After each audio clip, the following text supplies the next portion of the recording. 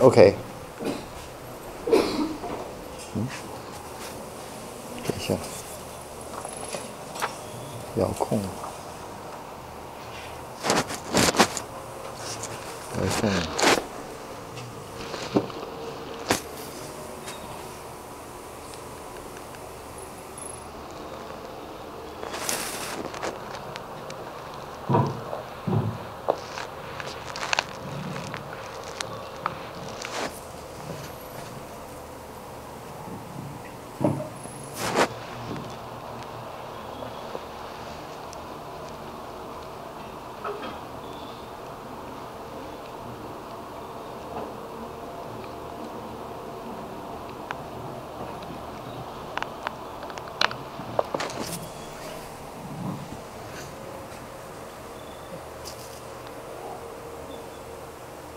Okay, so that's so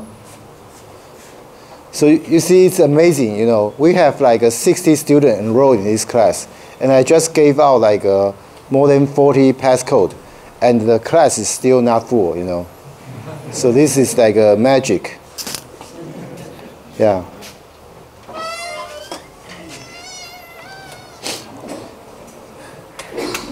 Yeah. I don't take attendance, but you know, but make sure you learn something, okay? Otherwise, I mean, last time I taught this subject, like I found like some student they don't come to class, that's fine, but they do very poorly in the exam and the project, okay? So you know, I don't want to see that happen again. Okay, so I want to let you know that I'm enforcing all these policies. Okay, just so if you don't you know, if you don't come to class, that's fine.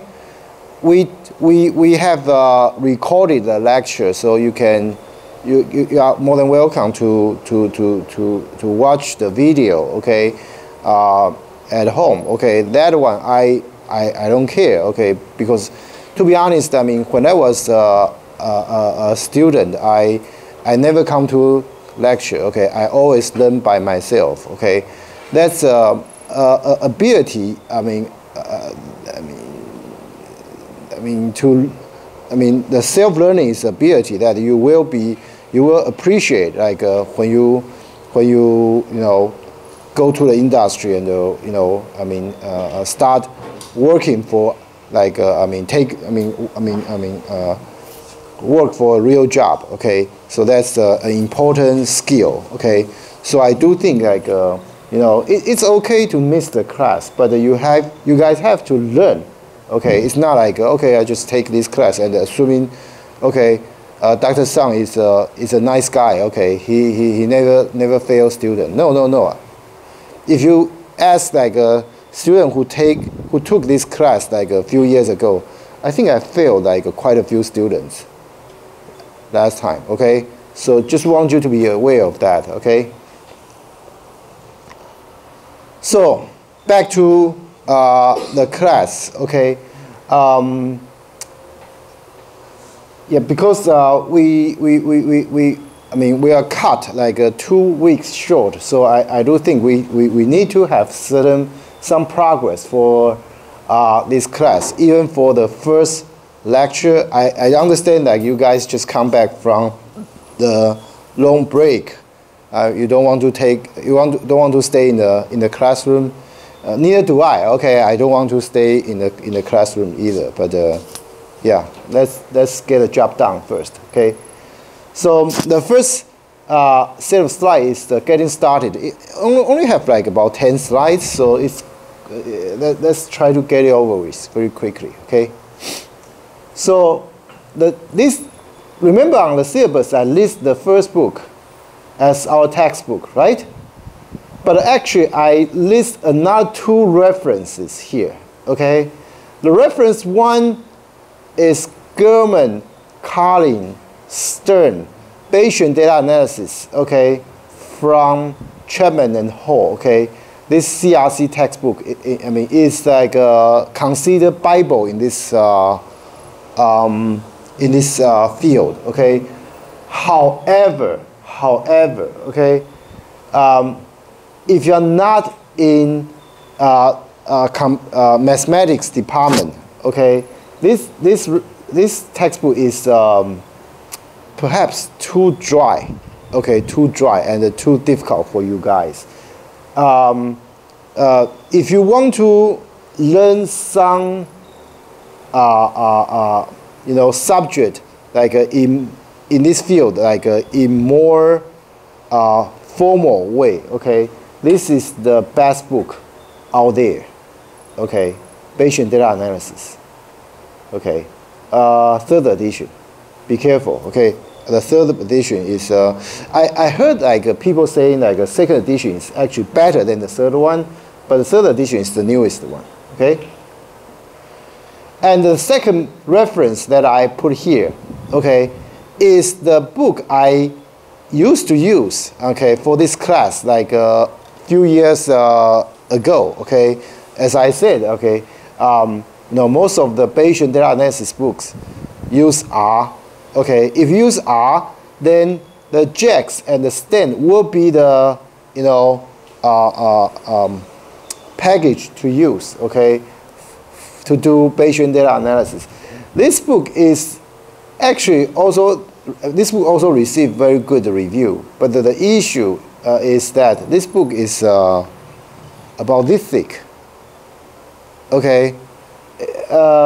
It is very friendly in the sense that, I mean, it describes like a concept very clearly, but it is too wordy, okay, too wordy, and the important reason I decide to abandon this book is because it uses R, okay. I want to find something that is more Python oriented, okay. But these 2 books, however, are good references, okay, for these classes. Actually, like some of the slides, in this class are actually from the 2nd reference, because I used to teach this class using the 2nd reference, okay, and I found like some part of some concepts are actually covered like in much more, it's much better in this book than the current textbook, okay? So, and again, like you could probably find PDF file for these books like somewhere, but I cannot tell you where, okay? Yeah, okay? So, okay. Why do we need to learn Bayesian data analysis? Okay. First, like data analysis has a long history. Okay, I mean, in computer science, like we feel like data analysis was like become like a prosperous. We normally call data analysis like data mining in computer science, and we say, oh, computer science, like we talk about data analysis, data science for about 20 years, about 20, less than 30 for sure. Okay, about 20 years.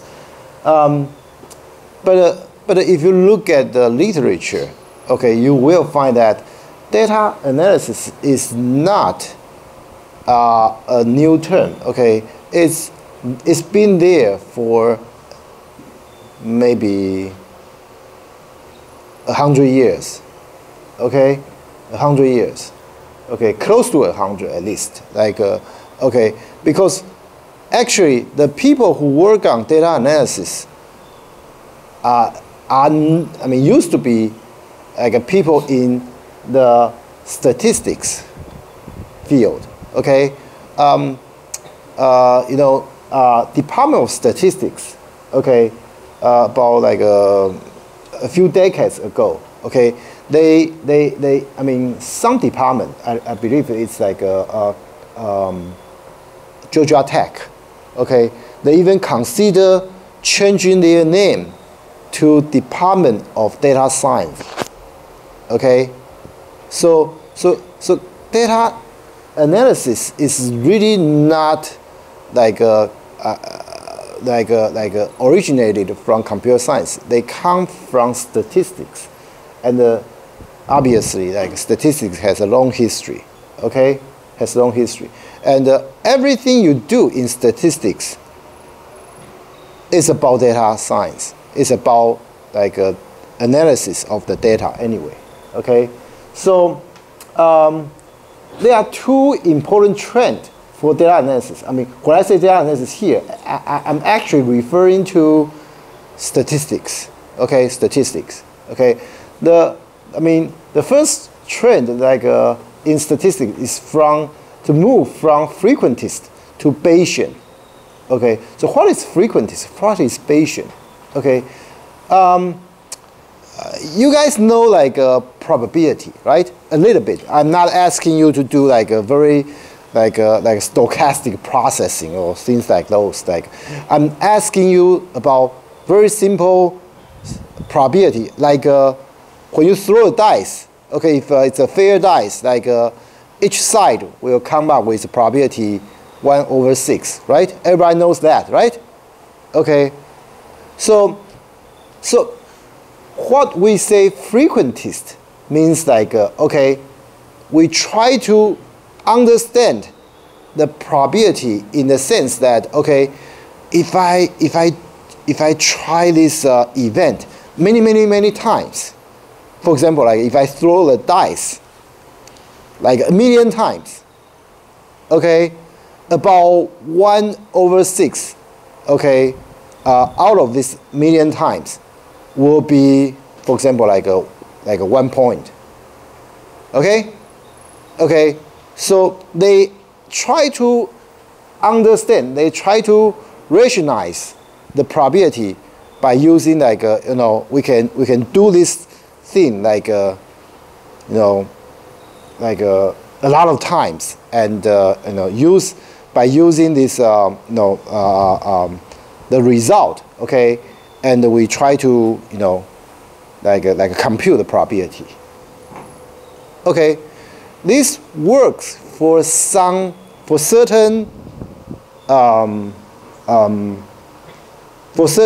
like problems, obviously. However, okay,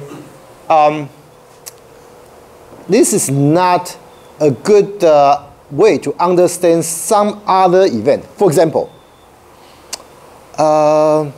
you guys don't watch the NFL, right?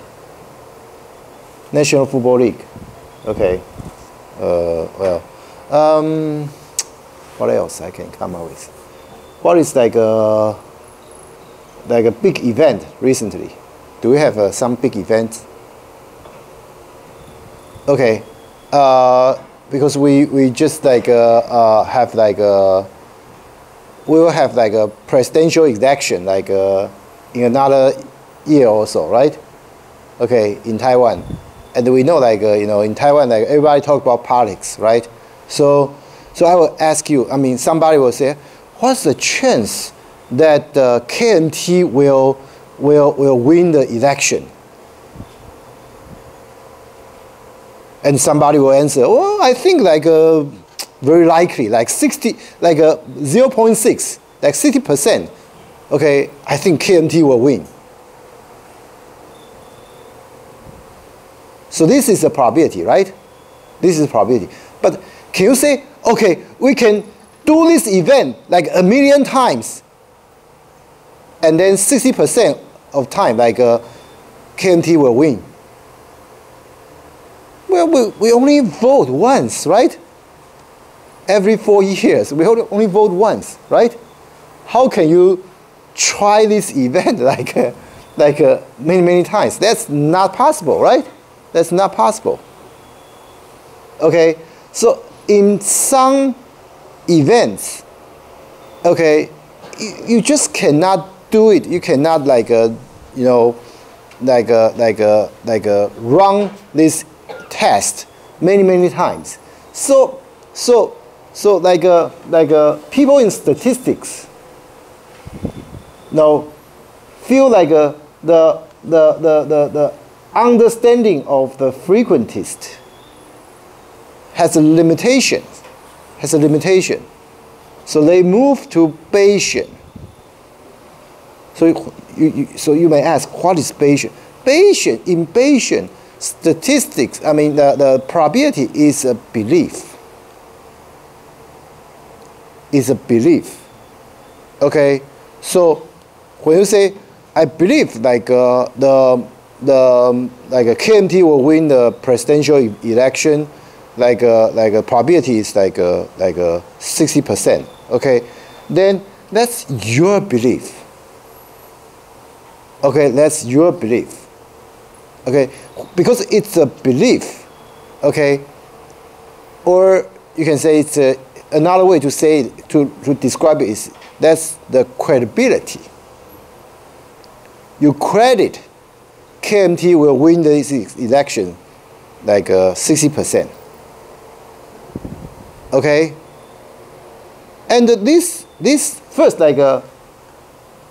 this thinking, okay, to consider probability as a belief, or to consider probability as a credibility is Bayesian. And this belief, this probability, okay, you can say this is a prior. Prior means like okay, your estimate before you see any events. Okay, before you see any events. But say like okay, after a few days, say if KMT president candidate do something stupid, okay, like okay, I don't know, maybe like okay, say oh we should like surrender to China or something like that. Okay, I mean, then obviously your belief will change, right? Okay, or maybe you think like we should surrender China. Maybe your belief will also change. Your belief will raise from 60% to maybe 70%, 80%. But if you don't think this is a right way, and you consider many people think the same way, then your belief that KMT will win the election will reduce, right? Maybe it will reduce from maybe 60% to maybe 40%, right? So this, okay, so the change of this belief, okay, after the fact, that after you observe certain events, okay, the final probability distribution, we call it posterior. So we have a prior. Prior is a probability actually it's a distribution. Okay, normally we say, it's a specific probability, but actually, okay, because everything is uncertain. Okay, also this is also like a Bayesian thinking. Everything is uncertain, so it's because it's uncertain. So we normally do not consider something just as a probability. We consider something as a probability distribution. Okay, so originally, okay, your distribution, okay, is centered at 60% because you think like KMT will win. But if KMT do something stupid, then the probability, the distribution will change, right? So that's like the movement from frequencies to Bayesian. Okay, and in the traditional statistics, they are like, for example, like a hypothesis testing.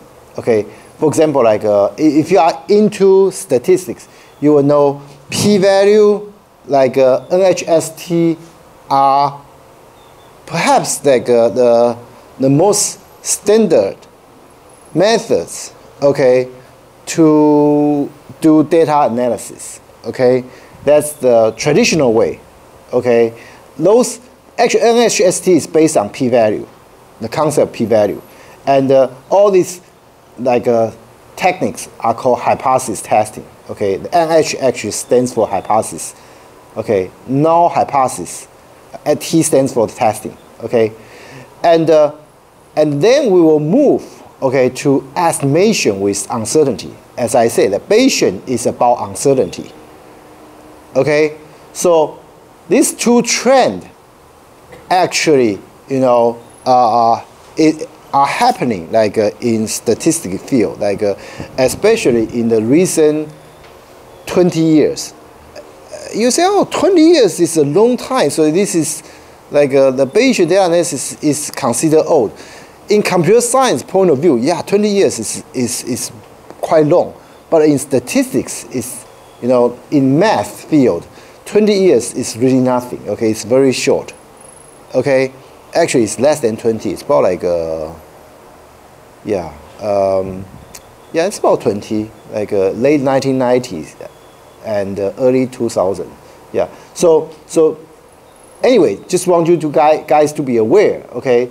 So in like department statistics, of course, there are still many professors, okay, who are into like a traditional statistics because they were trained. Because as I said, like you know, Bayesian data analysis is still considered new stuff in their department. So some older professors, okay, still, you know, receive like education from traditional statistical you know, methods. But the younger people in statistics, okay, are quite familiarized with the Bayesian data analysis. They actually move, okay, to Bayesian, move to this estimation with uncertainty. Okay, so this is like an important trend, and also the reason, okay, we want to study this subject. Okay.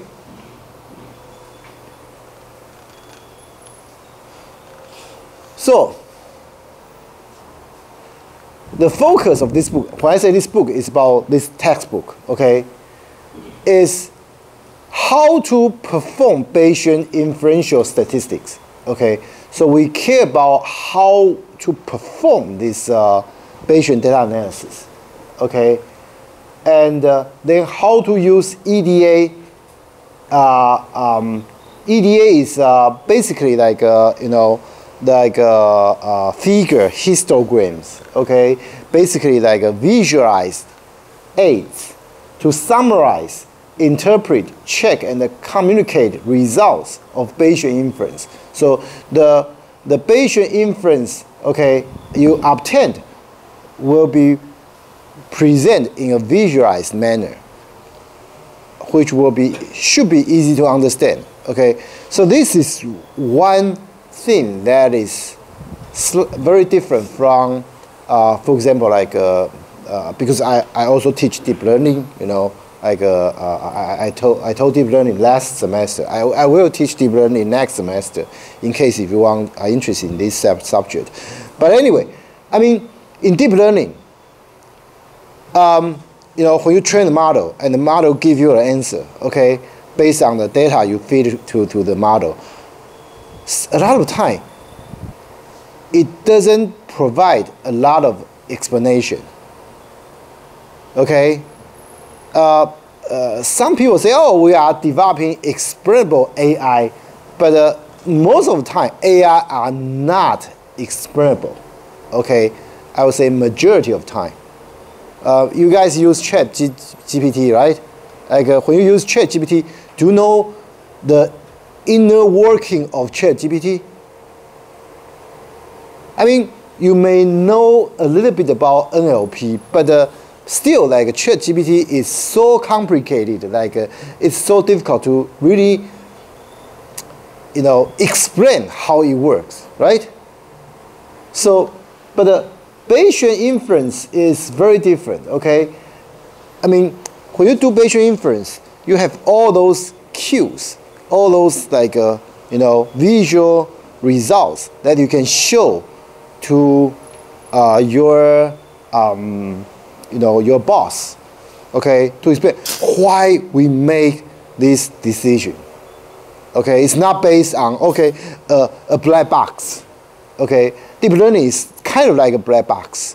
I mean, your boss may not trust that decision-making process.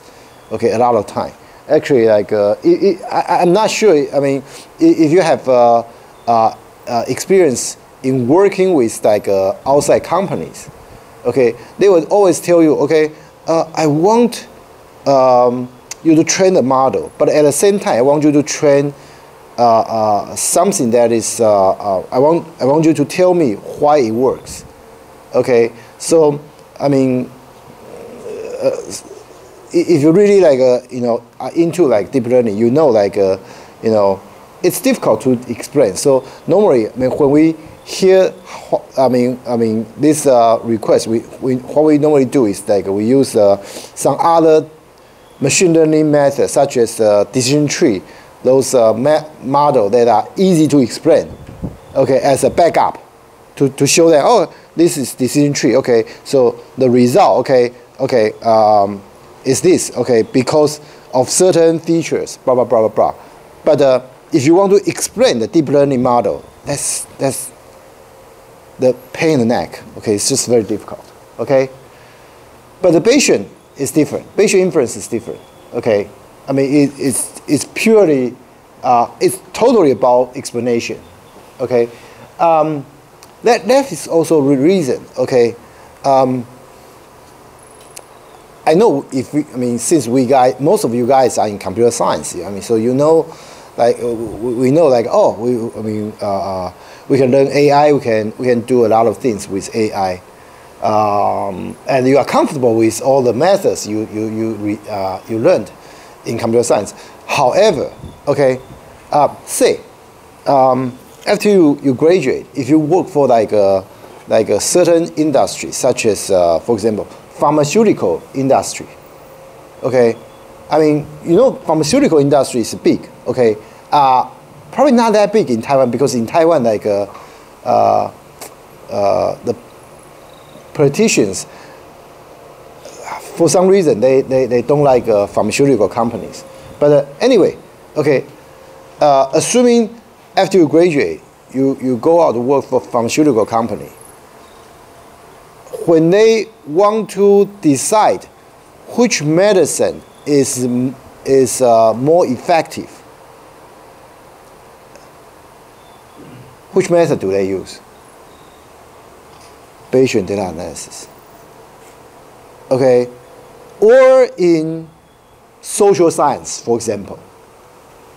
Okay, in social science, I mean, a lot of time you don't see computer science technique be carried out in those fields. Instead, you will see like a Bayesian data analysis being used as an inference tool in the other field. Okay, of course, this has to do with two reasons. The first one is because, well, even when we say AI is really becoming popular like in recent 10 to less than 20 years, right? So AI is still quite young, to be honest with you. I mean, even compared with Bayesian data analysis, AI is young. Okay, so maybe like after another 20 years, okay, the other industry will accept AI method much better. Okay, Maybe, I don't know. The second possible reason is because, as I said, a lot of AI methods lack interpretability. Okay, you cannot explain the decision making so well. Okay, not as well as statistical methods such as Bayesian data analysis. Okay, so yeah, just one.